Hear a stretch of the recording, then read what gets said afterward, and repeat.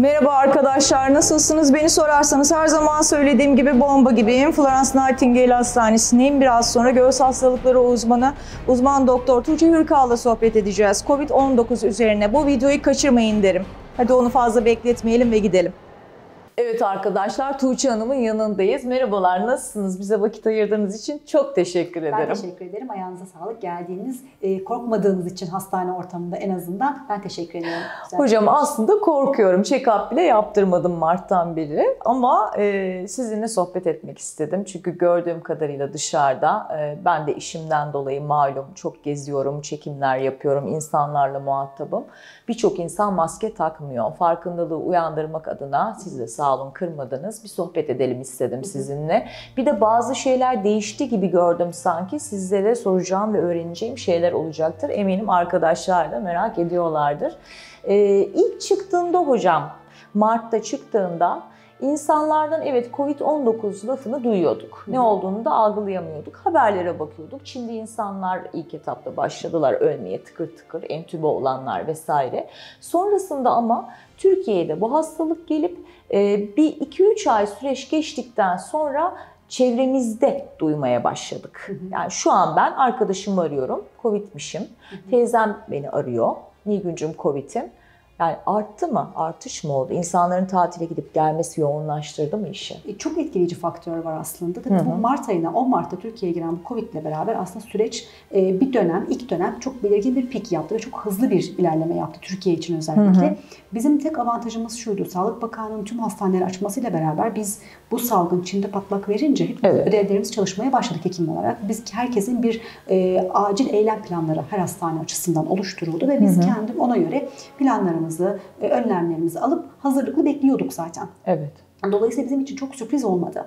Ve ilk dönemde bu daha çok yurt dışında kayak tatilinden dönenler, sömestrden dönenler, bu Ocak ayının sonu, Mart'ın başı başladığı için daha belli bir grup popülasyonda bu hastalık ilk başladı. Şimdi o popülasyondaki biraz daha sosyokültürel seviyesi üst level dediğimiz hastalarda bir miktar daha evde oturtabileceğiniz popülasyonlar olduğundan dolayı daha izole edebilir noktadaydık aslında. Evet. Fakat bu süreçte zamanla olayların ilerlemesiyle beraber aslında hizmet gruplarına dönmeye başladı bu hastalık. Yani kapıdaki arabayı çeken valeye, ekmek dağıtan arkadaşlara, marketteki görevlilere, işte acil servisteki hasta taşıyan portörlere derken şimdi kişilerle temas etmek oranları arttıkça bulaş oranlarımız da artar. İlk dönemdeki avantaj neydi? Herkesi evlere gönderdik. Ama yasaklar geldi, sosyal hayat durdu, ekonomi hayatı durdu. Az bir popülasyon dışarıda. Bulaş olacak popülasyon grubu da azdı. Diğer ilk salgını başlatan, Türkiye'de daha yoğunluklu olan popülasyonları da evde oturtturduk. Dolayısıyla da biraz daha kontrollüydü. Haziran ayına geldik. Haziran ayında her şeyin normalizasyonu özellikle Ramazan ayından sonra, Ramazan bayramından sonra insanlar sıkıldı, havalar ısındı. Bir miktar güney bölgelerine, Ege bölgelerine göçler başladı. İnsanlar memleketlerine dönmeye başladı. Kapılar açıldı çünkü. İnsanlar İstanbul'dan yasaklar bitmeye başladı. Şehirler arası transfer başladı derken insanlar köyüne bucağına dağılmaya başladılar. Sandılar ki köyüme kaçarsam, küçük bir yerimde olursam, aman yazlık yerden çıkmazsam bu virüs beni gelip vurmaz. Yani evet doğru söylüyorsunuz, lafın arasına girdim hocam ama gerekli önlemleri ilk başta almışken sonra insanlar dediğiniz gibi köylerine, tatillerine vesaireye gittiler. Bu da dağılmasına sebebiyet verdi. Ama virüs de bayağı bir tetikteymiş, yani bekliyormuş o zaman. Sadece biz sanmışız ki hani pardon giriyorum, geçti gitti ve bu şekilde de yok olacak. Şimdi insanlarda şöyle bir olumsuz algı oluştu. Hani her şey kontrolde, bu hastalık zaten bir süreçte azalacak, havalar çok ısındı, güneş ışını bu virüsü öldürürmüş, açık alanlar arttı, havalar güzel, biz bahçede oturuyoruz, bağ bahçede. Ama tabii şimdi Türklerin bir yaşam kültürü var. Biz kalabalık ailelerle yaşamayı seven insanlarız. Ben kendim 2,5 yıl Güneydoğu Anadolu bölgesi, Mardin bölgesi, Midyat bölgesinde mecburi hizmet yaptım.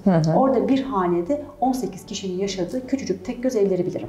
Şimdi bunu İstanbul'da masa başından bilgi vermek kolay insanlara. Ama yaşamın uygulanabilirlikleri önemli. Şimdi bu virüs Türkiye'de, İstanbul'da merkezde başladı ve giderek her yere yayıldı. Ve dolayısıyla da özellikle Anadolu ve Güneydoğu Anadolu bölgesini bu kurbanla beraber çok ciddi vurdu.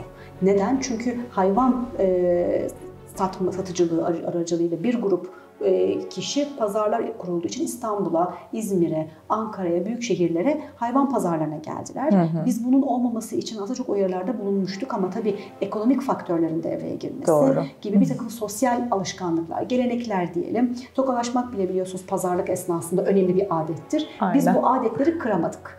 Bir de üzerine biliyorsunuz bayramlaşma telaşı girdi. Toplu kıyılan bir takım düğünler, toplu yapılan ibadetler derken zaten açık alan oluyor canım. Her şey makbuldür. Ve dokunmatik insanlarız zaten devamlı. Tabii geçirenlerde de şöyle bir algı oluştu. Yani sırf bunu Doğu ve Güneydoğu aslında faturaya içmek de belki benim adıma hani çok doğru olmayacak. Bir taraftan Çeşme, Bodrum, Antalya tekne parkları devreye girdi. Küçücük bir metrekare. Açık alanda hocam ama metrekareye 5 kişi düşüyor.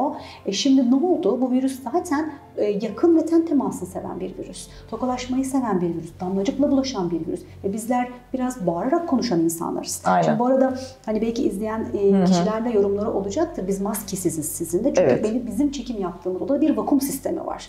Dolayısıyla da biz bir miktar daha güvendeyiz. Hastanelerde biz bunları oluşturmaya çalışıyoruz ama sosyal hayatta bunlar bu kadar mümkün değil. Tabii canım. Dolayısıyla da maske hatta biz bazen diyoruz ki kalabalık ortamlara böyle yoğun kalabalık marketlere girerken çift maske takın. Oranı yükseltirsiniz. Aman araya mesafeyi koruyun. Ellerinizi yıkayın. Bu üçlü bile %98 faktör. İşte bu Haziran ayıyla Ağustos ayı arasında belirgin unutulmuş üçlü oldu.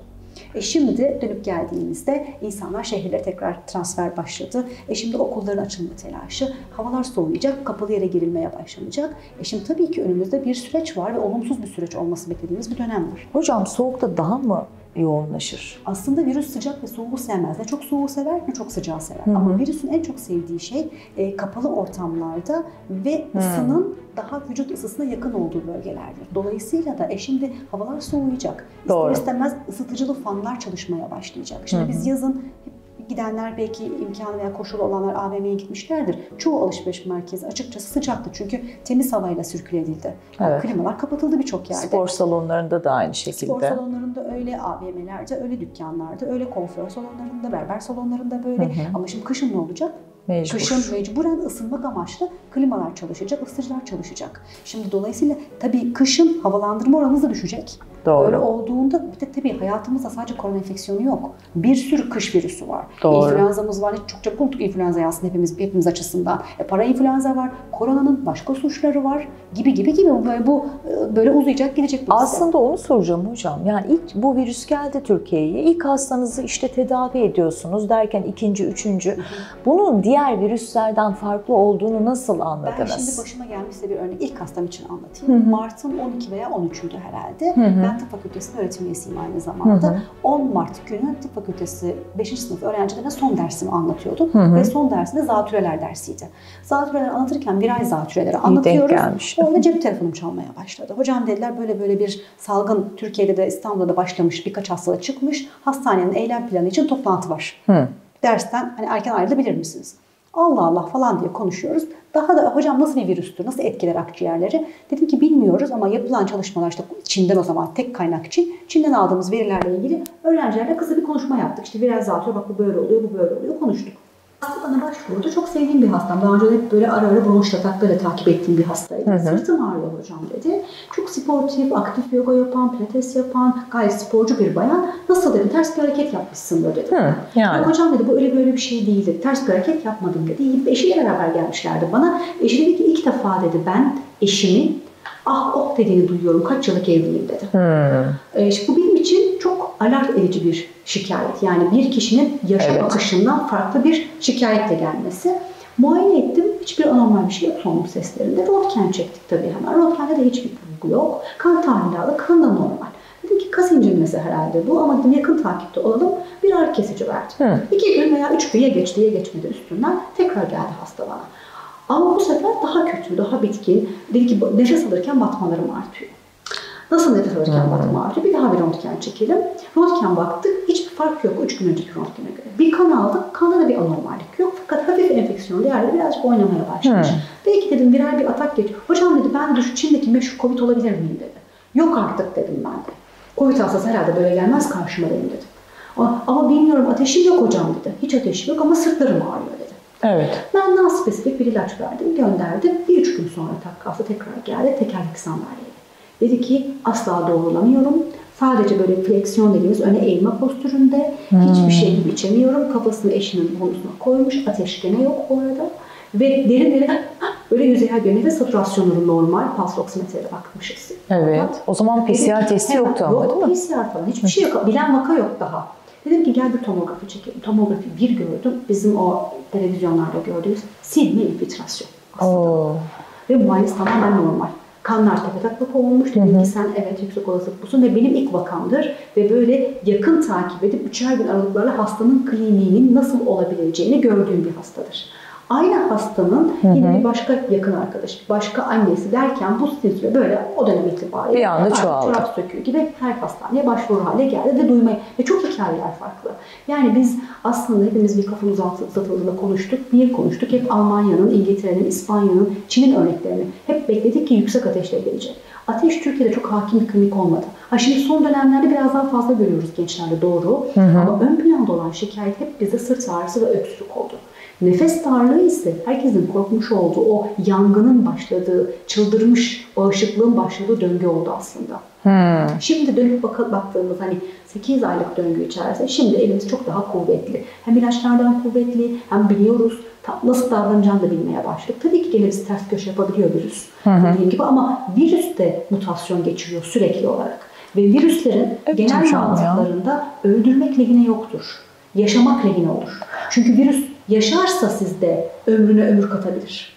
Evet ama hocam ölenler nasıl ölüyor? Yani entübe olmamak lazım bu işte. İşte burada yoğun bakıma girdiğin an sanki... Aslında hastane yatışına geçer bu cümle. Öyle mi? Çünkü hastaneye yatan her vaka ister istemez ikinci enfeksiyona açık oluyor. Şimdi bu virüs diğer virüslerden, bir influenzadan, bir koronanın diğer suçundan ya da bir parainfluenzadan neden bu kadar gündeme geldi de pandemiye ulaştı? İki büyük problemi var. Birincisi bulaş gücü çok kuvvetli. Evet. Diğer virüslerde böyle değil. Yani bir 15 dakika karşılıklı yüksek volümde konuşmak damlacıkla almak için yeterli. Peki her virüsü alan hasta oldu mu? Hayır. Vücut direnci de burada devreye giriyor. Evet. Yani bu virüs bağışıklığı düşük kişiyi asla affetmedi. Ek takviyeler verdiniz bana. Onların adını geçirelim bence. Çünkü daha önceden de konuşmuştuk bunu. Quercetin, coenzimon, işte D vitamini intens. Bunlar bağışıklığı güçlendiriyor diye verdiniz değil mi bana? Şimdi bazı ajanlar var ki bir de bunu tüm dünyanın kabul ettiği bağışıklığı kuvvettiren ajanlar var. Tabii bunun hiçbiri, yanlış da bilgi vermek istemem, tek başına koruyucu bir önlem değil. Ama ne oluyor? Kuvvetli bağışıklık bizim için temel kriter. Evet. 3 tane özelliği vardır kuvvetli. Hatta 4. Ben bunu kendim eklediğim bir özellik. Bu 4 kuralın bir tanesi iyi besleneceksin. Doğru. Yani bu dönemlerde özellikle mevsim geçişkenliğinin hakim olduğu dönemlerde şiddetli rejimlere, şiddetli kilo kayıplarına, ekstra kilo alımlarına dikkat. Bu Tamam. Etimizi, sebzemizi yiyoruz arkadaşlar. Ne çok kilo almak ne çok kilo vermek. Rejim zamanı uygun değil. 2. Uyku.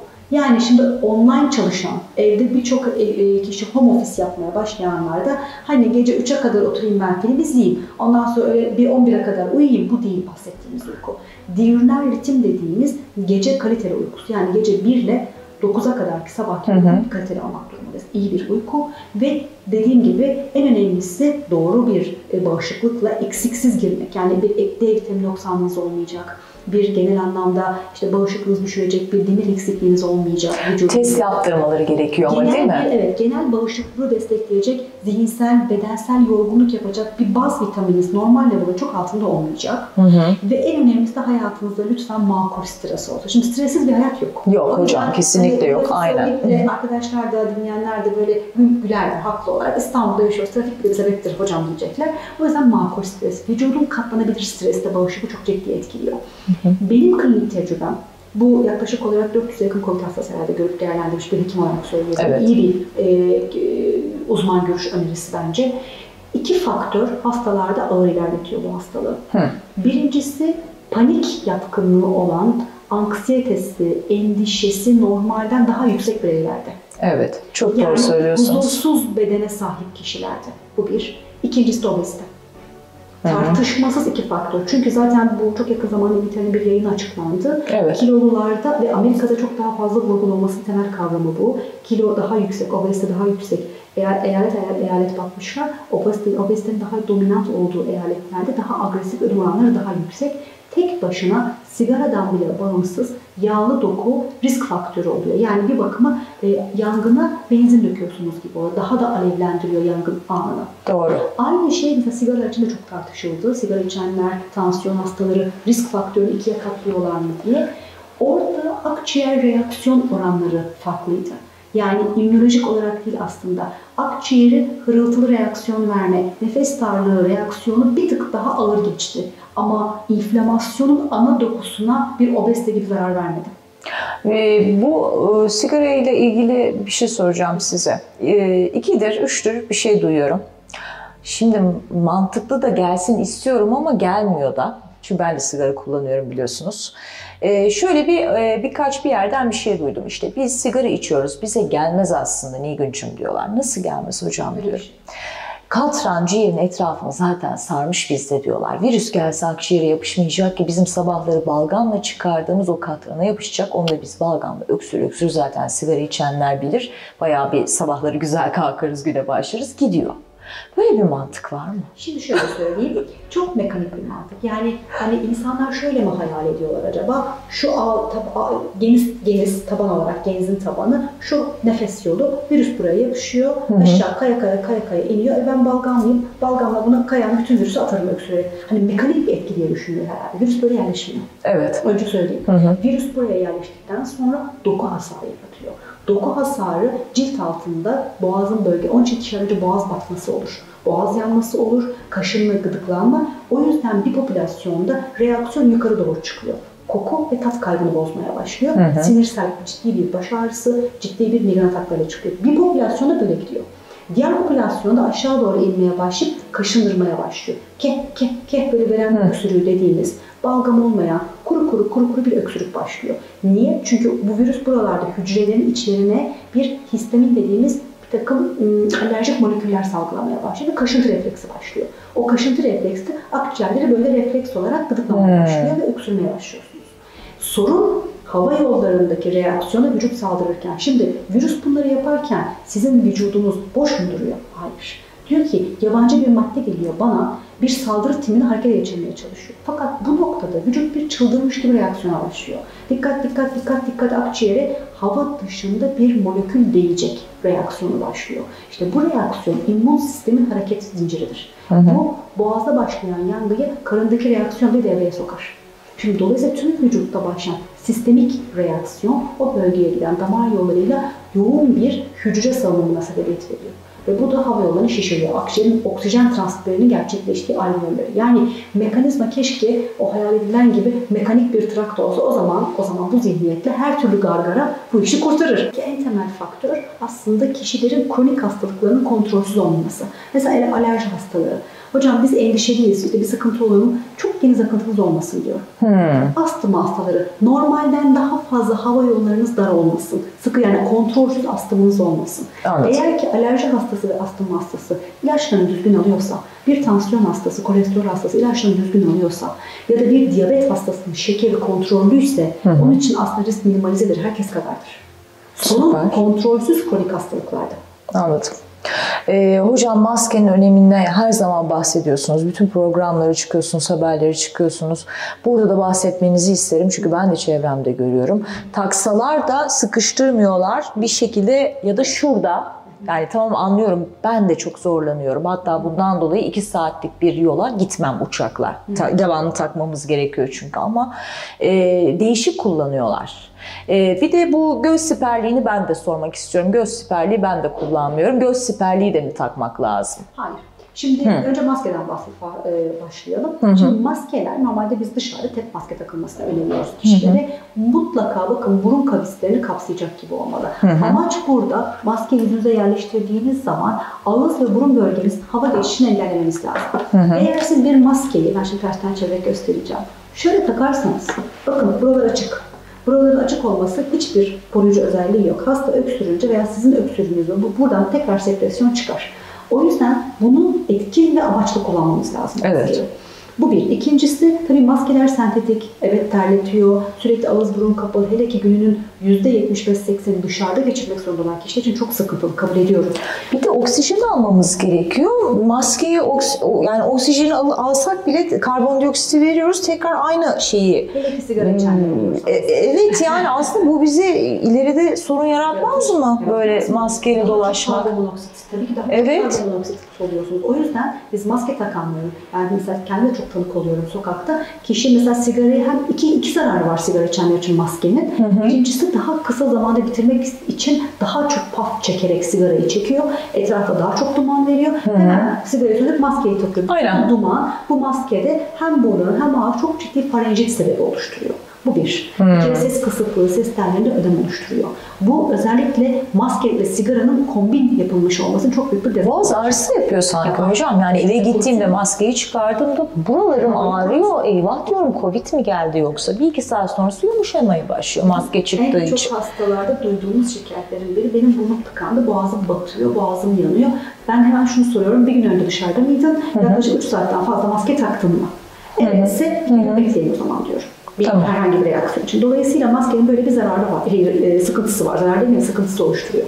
Peki ne yapabiliriz bunu engellemek için? Maskenin içine bir havlu kağıt koyabilirsiniz. Bu bir. İçine bez maske takıp kalabalık ortamda dışına normal sentetik maske takabilirsiniz. Cildinize bez maske takıp dış ortamda insanlarla kalabalığa girmediğinizde o bez maskeyle dolaşıp kalabalık ortamda sentetik maskeyi dışına zarf gibi koyabilirsiniz. Bunun tam tersini görüyorum etrafımda mesela.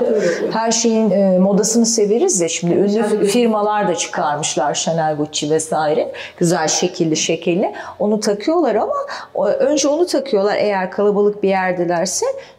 Medikalden sonra da onu takıyor bayanlar. Yani bizim için görsel. Koruma evet. Sıkıntı yok ama alerjik komponentler bir koruyuculuğu yok. Tam tersini yapmak lazım normalde. Aynen. Onun dışında maskeyle ilgili yani genel olarak öğrenebileceklerim bunlar. N95, N99, filtreli maske, hiç bunlara gerek yok. İlk zaman ben de almıştım ama doğru söylüyorsunuz. Bunların tek kullanım yerleri cerrahi sağlık departmanları, hastane ortamları, acil servisler, sağlık profesyonelleri kullanacak. Ya da sizin bir yakınınız olabilir, bir hastaneye gitmeniz gerekebilir, kalabalık bir acile girmeniz gerekebiliyor. O zaman takabilirsiniz. Yani birazcık da çevre atmosferinden az olumsuz havayı solumak açısından en azından. Evet. Ama ben kendim aktif hasta bakan bir kişi için görmüş olduğu gibi çift maskeyi kullanarak ancak koruyuculuğu yapıyorum. Şüpheli hastalarda ya da şüphelendiğim hastalarda da müdahale yapmam gereken durumlarda da normal vakumlu maskemi kullanarak yapıyorum. Yapacağım sistem bu. Siperliğe gelince, siperlik de sokaktaki insanların için, vatandaşlarımız için kullanacağı bir aparat değil. Neden değil? Çünkü gözyaşı zaten antibiyotik özelliği olan bir sekresyondur. Dolayısıyla biri yüzünüzü öksürdüğünde, tükürdüğünde, herhangi sekresyon bulaştığında normal koşullarda gözyaşı bunu nötralize eder. Evet. Neye öneriyoruz biz? Özellikle yoğun bakımda çalışan hekimlerde, yoğun bakımda ağız için temizleme yapıp da hastanın yoğun sekresyon ve kontrolsüz basınçlı makine altında yüzüne etrafına sıçrayan kişilerde sıçrama oranı gün içinde 3 defa temizlik yapmaya kalkarsanız bir hastada volümü arttırırsınız 20 dakikada yoğun bakımda. Doğru, haklısınız. Siperliklerin en çok kullanıldığı yer. Bir de yine benim şahsi önerim hatta kullanılacaksa kasayerler. Kasayerler altta oturuyorlar ve seviye olarak ağız burun çok altında oluyorlar. Kasayerindeki kişilerde. Doğru. Ve çok sık parayla yakın temas halindeler. O yüzden siperlik bir miktar daha koruyucu olabilir. Belki dediğim gibi özellikle bir masa ve kasada çalışanlar için ama onun dışında halk arasında siperlik takarak hastaneye gelenler, siperlik takarak bir herhangi bir alışveriş merkezinde gezmenin hiçbir anlamı yok. Yani işte işi bilincinde değiller bence hocam. Havasını da çok seviyoruz. Biz Türk halkı biraz severiz bu işleri. İlk başta bayağı bir gördüm NASA'dan gelen tipler gibi sokaklarda. Sonra biraz azaldı ama sormak istedim. Ben de kullanmıyorum çünkü. Hocam yeni semptomlar var mı? Yani Covid'le geçirmiş bir kişinin bir bakıma komplikasyonları diyelim ki. Hastalığı. Diğer bir gruba geldiğimiz zaman normal semptomların arka giderek genişliyor. Şimdi bu basit bir öksürük, ateş, göğüs ve sırt ağrısından başlar. Tat kaybı, koku kaybı, şiddetli bir baş ağrısı, ense ağrısı, bel ağrısı, sırt ağrısı ve menüste kadar genişler. Bu spektrum çok genişlemeye başladı. Çünkü bu virüs hangi bölgedeki hücreleri yoğunluk olarak tutarsa kişiyi bize o şekilde getiriyor. Örnek vereyim, bundan çok önceki dönemde bir hastam geçmeyen bir baş ağrısıyla klinik dolaşmış. Evet. Sadece baş ağrısı. Başka hiçbir şikayet yok. Ne sırt ağrısı, ne bir göğüs ağrısı, ne bir ateş, ne bir halsizlik. Sadece bir baş ağrısı. Fakat hasta şöyle bir ifade kullanıyor. MR'lar çekilmiş bu arada. Bir sürü yani zaten. Dolayısıyla bana dediği laf şuydu. Hayatımda migren hata diye bir şey bilmem. Orada yaşım biraz üstüydü. Nedir bu? Hiçbir ilaca cevap vermeyen 5 gün süren bir baş ağrısı. 6. gün hasta buradaydı. Yani kliniğimizdeydi. Dışarıda yaptırdığımız PCR örneği pozitif olarak geldi. Şimdi tedaviyi aldıktan sonra hemen ertesi gün baş ağrısı geçti. Bir başka hasta biliyorsunuz basından da menenjit bulguları, yani beyin zarı iltihabı, geçmeyen baş ağrısı, belli bir pozisyon bozuklukları ya da uzamış ishaller olabiliyor. Bir hafta geçmeyen ishal hastalarda. Bağırsakları da etkileyebiliyor yani. Çok etkiliyor bağırsağı ama bağırsakta özellikle biz bu yaz ayda çok bununla ilgili mücadele ettik. Aman hocam ishal oldum, kusuyorum, COVID olabilir miyim? Şimdi COVID'in bağırsak tutulumlarında normal bağırsak enfeksiyonlarına bir tık daha farkı var. Kusturmayan bulantı. Sanki böyle gebeymişsiniz gibi her şey koktu bana, canım hiçbir şey yemek istemedi, midemi kaldırdı ama kusmak yok. Anladım. Bu COVID için çok spesifik bir aslında bulantı göstergesi. Bir de dediğim gibi bağırsak enfeksiyonlarında olan normal ishalli, kusmalı, bulantılı, ateşli süreç. O daha kısa sürüyor. Ötekisi biraz daha böyle hastaları yatağa yatırmayan ama ne oluyor bana dedirten bir şikayet. Bizim geçen annem, gerçi ona baktırdık ama böyle bir 2 gün 3 gün yaşadı. Ve o da ister istemez tribe girdi yani ben Covid miyim diye. Sen Covid'sen ben getirmişimdir dedim ama siz zaten baktınız bana, öyle bir şey yok dediniz. Herkes geçirecek mi hocam? Hepimiz geçirecek miyiz? Yani korkuyorum ama sanki öyle gibi. Evet, dünyada bağışıklığın oluşabilmesi için herkes bununla karşılaşacak. Ama herkes geçirir mi'nin sorusunun cevabı yok bende. Çünkü herkes karşılaşacak. Ama burada bağışıklığı iyi olan, bedenine iyi bakmış olan, daha kendiyle ruhsal, bedenen ve ek hastalıkları barışık yaşamış olan kişiler bu döngüyü daha hasarsız atlatacak diyebilirim daha doğrusu olarak. Ama burada hep bu terazi dengesi çok önemli. Az bir virüs, iyi bir bağışıklık. O zaman bu ikilem bizim için sorun oluşturmamalı. Çünkü önümüzde sırf bu şey yok, Covid yok. Yani influenza, parainfluenza çok kalabalık ve hareketli bir sonbahar dönemi bekliyor bizi. İnşallah güzel geçer diye. İnşallah. Hocam siz de Covid-19 oldunuz. Bir hastanızdan maalesef geldi. Ne yaptınız? Evde nasıl önlemler aldınız? O 14 gün izole döneminiz nasıldı? Ağır mı geçti? İlk dönemde olanlardanım. Dolayısıyla çok şükür öksürerek ve sırt ağrısı ağırlıklı geçti. Tabii sağlık çalışanlarının keşke 14 günlük bir izolasyon süreci olsa. Bizim pek öyle bir de öyle bir şey var, haklısınız. Daha yakın sürdü süreç ama kendim de iyiydim. Kötü geçirmedim süreci. Dolayısıyla sadece öksürük ve sırt ağrısı ağırlıklı geçirdim. Ateşim olmadı. Ve gerçekten de ilaçları takiben çok kısa süre içerisinde şikayetlerim geriledi. Çok çabuk bir şekilde PCR'ım negatife düştü. Dolayısıyla da ben çok dikkat ederek ve korunaklı bir şekilde erken dönebildim iş hayatıma. Daha sonraki takiplerimde de antikorlarım oluştu. Çok sevindim, yaşasın dedim, koruyucu antikorlar oluştu dedim ben de. Sonra ben de böyle heyecanla dedim bu antikorlar beni korur. Herkesin sorduğu soruyu ben de kendime soruyorum tabii. Ben de merak ediyorum. Araştırıyoruz. Çok değil, Haziran ayında baktım çat diye %80 oranında düşmüştü antikorlar. Dolayısıyla muhtemelen bu aya bakmadım ama bu aya baksam bu ayda artık sıfırlanmış olacaktı. Bu bana şunu bir kez daha gösterdi ki virüslere karşı olan bağışıklık kalıcı bağışıklık olmuyor. Dolayısıyla hani buradaki şimdi bir başka soru, bir daha hastalanır mıyım? Aynen. Geliyor. Bunu hep vicdanım, içsel öngörüm hayır olarak cevaplamak istiyor. Fakat son dönemlerde hem yayınların takiplerinde hem de duyduğumuz bir takım vaka bazlı hastalarda maalesef antikorlu olan hastalarda bile semptomlara uygun hastalarda yine hastalıkların tekrarladığı ama organ hasarlarının olmadığı, görülmediği gibi bir takım vaka örneklerine tanığız. Dolayısıyla açıkçası yeni dönemde beni de endişelendirmiyor diye bir tık daha korumalarımızı arttıracağız gibi duruyor. Aşılar için ne diyorsunuz hocam? Denemeler başladı ama sanırım reaksiyonlar da olmuş. Olacaktır. Bunlar bir kere canlı virüs aşıları. Dolayısıyla kısa dönemde eğer bir virüste kısa bağışıklık, anlattığım gibi vücudun oluşturduğu bağışıklık bile kısayken aşının oluşturacağı bağışıklık çok tartışmalı. Dolayısıyla ben aşılara hiç karşıt bir hekim değilim. Aslında zatürre ve grip aşısının ağzımın dilimin döndüğünce doğru kişilere yapılması taraftarıyım. Sadece overdiagnoz dediğimiz gereksiz olmamalı. Burada doğru hedef hedef kişiler, hedef kitleler doğru seçilmeli. Lütfen belirtin hocam da. Dolayısıyla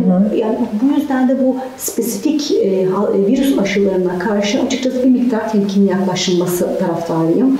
Çünkü bunlar biliyorsunuz 3 fazla yapılacak aşılar. Hani bir kişi 3 aralıklarla aşılayacaksınız. Anlatmış olduğum gibi benim daha 4 ayda antikorum düştü. Evet. Ne kadar koruyacak? Herkes de aynı etki yapacak mı? Bunlar hep şüpheci soruları, cevapları yok burada. Hani bunu ancak bir takım testler, bir takım deneyler, bir takım saha çalışmaları gösterecek açıkçası. Griple zatürre çok farklı aşılar. Şimdi zatürre aşısı bir kere bakteri aşısı, virüs aşısı değil. Yani dolayısıyla tamamen klinik çalışmaları tamamlamış, yaklaşık yıllardır dünyada kullanılan ve ölü bir rekombinant teknoloji dediğimiz teknoloji üretilen bir ölü aşı, bakteri aşısı. Virüs aşısı değil. Neden bu kadar gündeme geldi bu? Özellikle Eylül, Ağustos ve Eylül ayında bu aşılar? Çünkü bu Covid geçiren kişilerde kimler daha az hasar gördü diye böyle geriye dönük bir sürü hasta tarandığında aşılanma potansiyeli olan, özellikle bazı ülkelerin aşı takvimi, Portekiz gibi, Türkiye gibi, Almanya'nın batısı gibi bazı gruplardaki aşı takvimlerinde hepatit aşısı, verem aşısı ve zatürre aşısının içerikleri immünolojiyi destekleyen olumlu anlamda hafıza hücresi oluşturan aşılardır. Bu sadece zatürre aşısı için değil, verem aşısı için de geçer, hepatit aşısı için de geçer. Bu ülkeler aşı takviminde olanlara daha az hasarla atlattıkları görüldü. O yüzden dediler ki indirekt olarak zatürre aşısı Covid'den koruyor. Hayır. Bir zatürre aşısı viral bir enfeksiyondan korumaz. Belli bir yaş grubundan sonrasını öneriyorsunuz bir de zatürreyi değil mi? 65 yaş. Çocukluğunuz X bir faktörle karşılaşırsa tabii ki risk grubu değilseniz, hani bir kronik at hastalığınız yoksa, tamamen sağlıklı bir bedenseniz bağışıklığınızın kendi reaksiyon vermesini beklemek daha doğru. Ki aşıyı daha 65 yaşa doğru yapıyor. Biz boost etki diyoruz. Yani kümülatif bir etkiyle daha iyi bir bağışıklığınız oluşsun diye.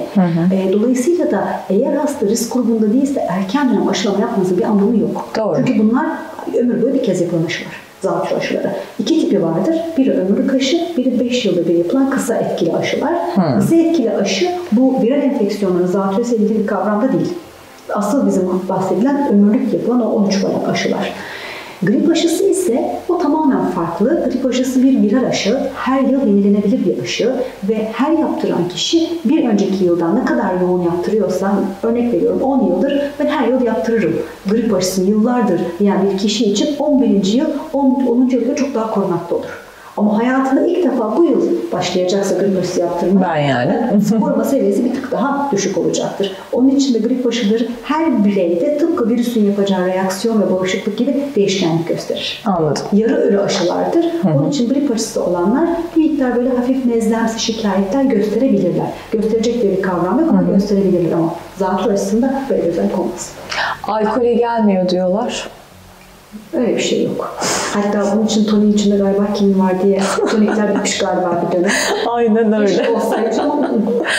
Ay, hocam çok güzel anlattınız. Ağzınıza sağlık. Vakit ayırdığınız için de çok teşekkür ederim. Sizin de ama insanlar evlerinde tabii ki iyi beslenmeye çalışıyorlar. Tabii ki kendilerini korumaya çalışıyorlar ama videonun sonu olarak bence direkt izleyicime bakarak ne önlemler alsınlar, ne yapsınlar? 3-5 bir şey çok kısa. Beslenme olur ya da kullanabilecekleri bir ek takviye olur. Direkt onlara anlatın isterim. Yani şöyle dediğim gibi iyi bağışıklık için bir kere iyi beslenin. Ekstra böyle rejim yapma dönemlerine girme zamanı hiç değil. Uykunuzu ihmal etmeyin. Kronik bir hastalığınız varsa lütfen bunu takipsiz bırakmayın. Yani bir tansiyonunuz olabilir, bir astım hastalığınız olabilir. Şu anda hastanelere gidilmez, gitmeyelim, hastalığımız kontrolden çıksın, ne olur beklemeyin. Hep hekimler olarak alt not çizdiğimiz bir ifade var ki kronik hastalığı olanlar risk faktörü diyoruz. Lütfen bunu ihmal etmeyin. Bunun dışında bağışıklığınızı kuvvetlendirmek için lütfen normal vitaminlerin dışında D vitamininizi, çinkonuzu, özellikle kuarsetin dediğimiz kırmızı elma yaprağında bulunan özel minerali alabiliyorsanız, ulaşabiliyorsanız bu tarz ajanları hayatınızdan da şu dönemde eksik etmemeye özen göstermenizi öneririm. Sevgiyle kalın, sağlıkla kalın inşallah. İyi dinlemişsinizdir umarım. Sizi seviyorum. Bir başka videoda görüşmek üzere arkadaşlar.